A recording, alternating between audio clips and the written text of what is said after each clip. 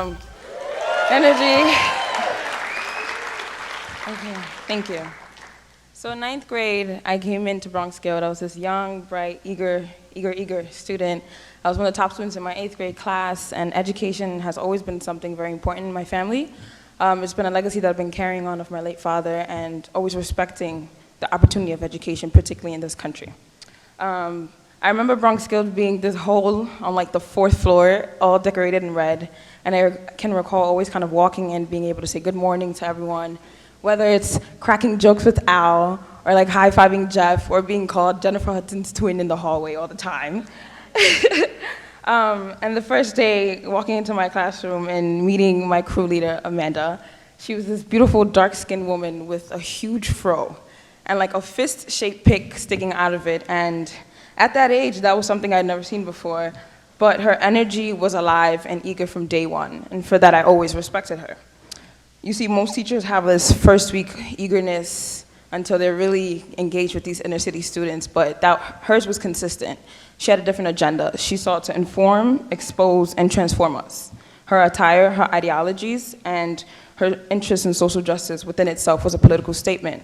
I can recall doing close readings to the autobiography of Assata Shakur, close readings to Malcolm X and Zumi Dos Palmares, and these different texts have inspired different conversations that I've had today, whether it's at my university or it's at organizations I'm meeting or at conferences such as this. And her background in Africana studies particularly was fundamental to exposing us to these different social issues. And the more information I was exposed to, the more I began to examine my own lived experience. I became aware that I was a part of 3 different communities. So we have where I grew up, the East Chester Projects community, we have the Bronx Guild, and as well a community that was kind of fostered through an internship opportunity called the Brotherhood Sister So, also short, Pro-Sis. So I want to talk a little bit about my community and kind of where I started. So my neighborhood is a large Jamaican population that has introduced me to oxtail, curry chicken, rice and peas, all that good stuff. And being one of the Ghanaian families in the community, we always kind of crossed. There's a lot of similarities in our cultures, and I'm convinced my family is Caribbean. I'm convinced, or at least in the past life. Unfortunately, my immediate block is a station for NYPD. We have systematic oppression and generational poverty kind of sustaining this generational lineage of families remaining in these communities. There isn't much of a culture of higher education or a culture of literacy, and it's been a great shocker kind of coming back home from school. And with the recent killings of everything that's going on in our nation right now, there aren't any uprisings, there aren't any organizing happening in this particular community, which is largely Black and Latino. A lot of times I don't feel a sense of solidarity within my community, and I consider myself a community organizer. But when I come home to my own community, I feel this large disconnect. And in the future, I'd like to organize, but I have to reckon with this disconnect and kind of work with that. But I was able to gain a second home with the Brotherhood Sister So. It's this community-based organization in Harlem. They seek to provide particularly young people the opportunity to equip themselves to become community organizers and activists, utilizing African diasporic history to empower youth particularly.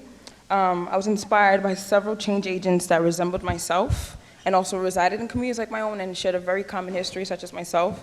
We realized that youth, such as myself at that time and a lot of the people around us, that we're silenced by our realities. And they sought to kind of push what Audre Lorde said, which is transforming our silence into language and into action. So we have a program called the Liberation Program, and that's where that is taking place. And through this internship-based learning, the holes in history were filled. History was taught from a perspective that encompassed Black and Latino leaders, and I grappled with the social issues that particularly affected youth of color in this community, particularly in Harlem as well. I started to realize that the disconnect that I was feeling with my own community was almost historical and systematic. And I felt this extreme passion and love from Black and brown people that it was almost kind of overwhelming, knowing that once I left this space, that's where it was. It's not something that carried on my way home, on my train ride, and so forth. So looking back, I can see how these 3 realms connected. However, growing up, once again, I always felt like these were 3 different entities, and I felt like a visitor coming into my own community. I felt like at school, I was someone who was interested in social justice and all these different issues that didn't seem attractive. It didn't seem like a priority to other students at the time. And then once again, with the brotherhood, sister, soul, feeling like that was in one pocket, that these were three different pockets, and they weren't one big picture, you know? They didn't cross as they could have, but I'm thankful because I was able to look past that and draw in the inspiration, whether it was from my family, whether it was from my crew leader, or from my mentors at the Brotherhood Sister Soul. Today I'm actually an alumni facilitator for the youth activism program, and it's been a wonderful experience. And currently, I'm entering my senior year at New Paltz, and I still challenge with bridging these three communities, but that is my reality, and utilizing kind of everything that I've learned from Wrong Skills by seeking to kind of find these different mechanisms to begin defining community, and particularly traveling has helped me in defining community and understanding how other communities have created and as well maintained themselves. This past semester I was in Cuba studying for 3 months, and I lived in an Afro-Cuban community, and I noticed what centered everyone was this African history, was their history, and kind of like utilizing that to promote and to move forward and as well be prideful. Be proud of where you came from and utilize that to get together. Besides these different challenges, these three worlds have cultivated the activist that I am today, the writer that I am, and the woman that I am, but also looking back and acknowledging the young person that I was in Amanda's crew, at Brosis, and even at home. I've realized that I'm doing exactly what I need to be doing, which is standing in solidarity with the issues that impact myself and other people like me in my communities. I stand with campus organizations, Students Against Mass Incarceration, the Social Justice Coalition, and as well, Urban Lyrics. Poetry is how I allow my truth to be heard. That has been my muse to expressing myself politically, emotionally, and so forth, and that's how I create community within myself. I give that to everyone else. And now, the poem that I'm going to read for you guys speaks to the challenges of being a part of a big picture learning school, particularly in an inner city, with the education system and also its impact on my advisory, but more importantly, Amanda, my crew leader.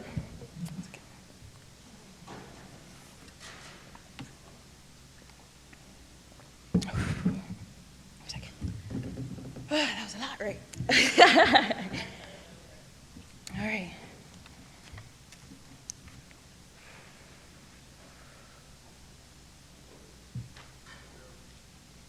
This garden was not my first pick. I was bent on attending a school based on writers, one I aspired to be. Although internships seemed so attractive, I wanted to be exposed to the beatniks and the South Bronx poets that would put my writing to the test, but Adam seemed to have a different plan for me. He said that I needed to be with Eve, and she was the only one that could nurture students like me. Drop gems that would flourish into seeds, only for us to plant them now, to reproduce and to recreate. Those very same seeds have grown an activist in me. Tired, saddened, and exhausted by this reality, you know, these apples don't fall too far from the tree. I remember she brought us to protest in front of City Hall. She brought us to the Occupy movement, to occupy the minds that are left to simply memorize and regurgitate material for standardized tests. She turned us into sponges, dropping knowledge from the tip of her tongue and her fingertips. However, some dried up quicker than others. I believe some drowned in the comforts of our reality, but BG provided the foundations of experiencing the real world, slowly deflating the bubbles our communities enclosed us in.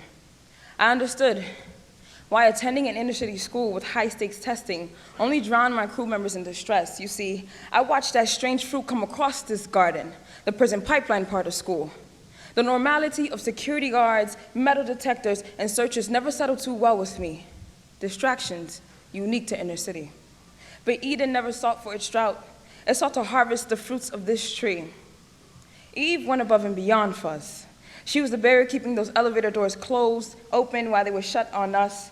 She would let her rain pour all over as she knew this garden needed watering. A brilliant mind under a beautiful fro, with a fist standing strong. Eve was my witness. She saw my growth. I was so individualistic. I only worked hard to earn for myself, to get in, to get out. But when you get 7 no's from America's top collegiate schools, you begin to look at yourself differently. You begin to think of yourself differently. You begin to resent public school for not providing you enough prep and enough words to pass your SAT that has sat on your happiness, when they couldn't provide you enough prep in math to get at least 1 yes from America's top collegiate schools. Distractions unique to the inner city.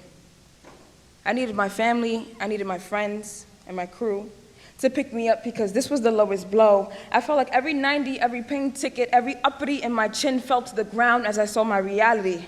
But when I needed my spirits lifted, there was my crew, the most difficult crew known to man. I had a community, and I thank her for creating a home within this Eden of the Bronx. She fed me.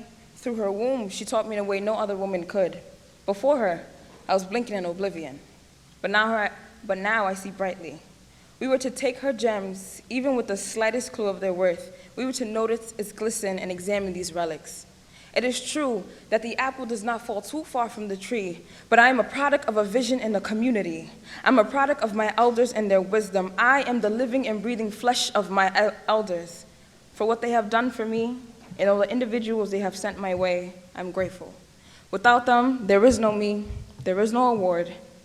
And to the one that saw greatness in that 14-year-old girl before she ever did, Eve, I thank you. Thank you.